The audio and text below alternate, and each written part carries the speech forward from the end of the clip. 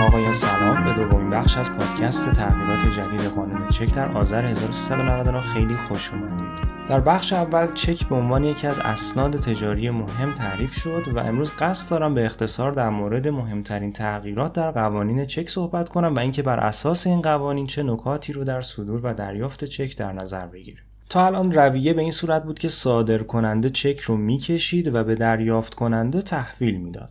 دریافت کننده بعد از تاریخ سررسی چک رو به بانک میبرد تا طلبش رو وصول کنه. بانک هم اول مشخصات روی چک رو بررسی میکرد و در صورت تایید اطلاعات روی چک موجودی حساب صادر کننده رو نگاه میکرد و اگر موجودی کافی بود وجه چک رو به آورنده چک پرداخت میکرد. در بخش اول پادکست توضیح دادیم که یکی از ویژگی‌های مهم چک اینه که قابل انتقال به دیگرانه. برای انتقال چک به غیر دو روش وجود داشت. روش اول این بود که صادر کننده چک رو در وجه حامل صادر می‌کرد، به این معنی که ذینفع نهایی فرد مشخصی نبود و کسی بود که چک رو به بانک می‌برد. در واقع صادر کننده صرفاً با دادن یک برگه چک به طلبکار بدهیش رو تسویه می‌کرد و دیگه کار نداشت چه کسی در نهایت این چک رو نقد می‌کنه. روش دوم این بود که صادر کننده چک رو در وجه یک فرد مشخص صادر می کرد، اما دارنده چک با زدن 2 امضا در ظهر یا پشت چک رو به یک فرد دیگری انتقال می داد.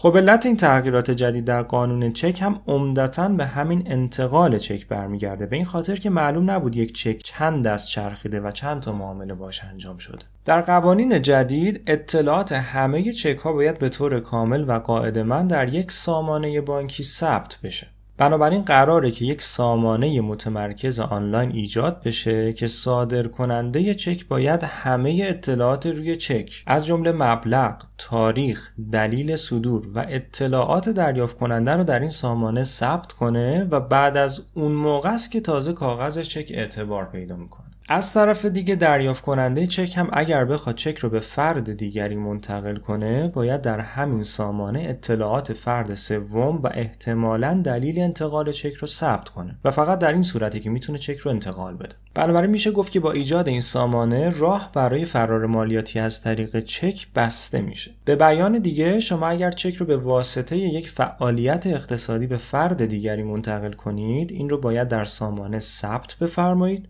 و سازمان امور مالیاتی با آغوش باز در خدمت شما خواهد بود. بسیار خوب. امروز که من در خدمت شما هستم و در هفته دوم دی 99 قرار داریم هنوز چنین سامانه ایجاد نشده و همون قوانین قبلی بر چک حاکمه. البته من خودم در مورد عملیاتی شدن قوانین جدید ابهامات بسیار زیادی دارم. هم به عنوان کاربر سیستم سوالات زیادی دارم، هم از نگاه فنی بسیار کنجکاوم که بدونم این سیستم متمرکز قراره چگونه ایجاد بشه. مستقل از اینکه این روش جدید گردش چک چه مزایا و معایبی داره، من در دی 99 خدمت شما عرض میکنم که اگر بانک مرکزی ما بتونه این سیستم متمرکز و یک پارچه رو بدون نقص راه اندازی کنه، یک تحول بزرگ در سیستم بانکداری اینترنتی ما ایجاد میشه. اما در هر صورت اون چیزی که بدیهیه اینه که تا زمانی که سامانه‌ای با مشخصاتی که خدمتتون گفتم در دسترس قرار نگیره امکان اجرای قوانین جدید طبیعتاً وجود نداره. با این حال به خاطر اینکه در یک دوره گذار هستیم و دست کم بخشی از قوانین دیر یا زود به بانک‌ها ابلاغ میشه، چندین پیشنهاد برای صدور و دریافت چک دارم. پیشنهاد اول این که چک در وجه حامل صادر یا دریافت نفرمایید. به عبارت دیگه چک رو در وجه شخص حقیقی یا حقوقی خاصی صادر یا دریافت کنید. پیشنهاد دوم اینه که به عنوان دریافت کننده چکی که در وجه شما باشه از نظر حقوقی اعتبار بیشتری داره نسبت به چکی که در وجه فرد دیگری هست ولی در دست شماست. بنابراین اگر معامله‌ای انجام دادید و طرف معامله شما چک در وجه فرد دیگری رو به شما داد، چک رو قبول نکنید و ازش بخواید که یک چک جدید در وجه شما صادر کنه. نکته سوم این که به عنوان صادر کننده چک بنویسید که چک بابت چه چیزی صادر شده و این احتمال سوء استفاده از چک رو کاهش میده. مثلا بنویسید چک در وجه آقای محمد محمدی بابت خرید اتومبیل.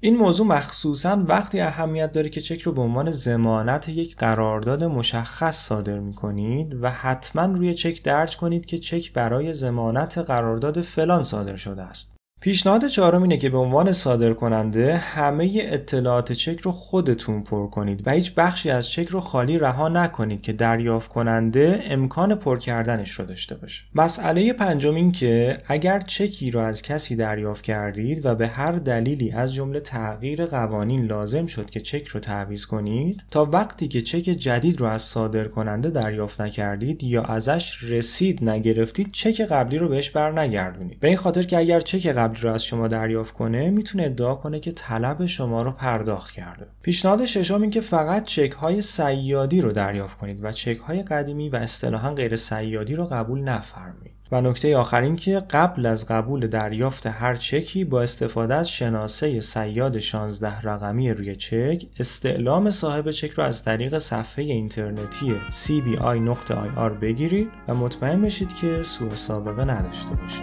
خیلی ممنون و متشکرم. محمد صادق عباسیان هستم. تا پادکست بعدی، خدا نگهدار.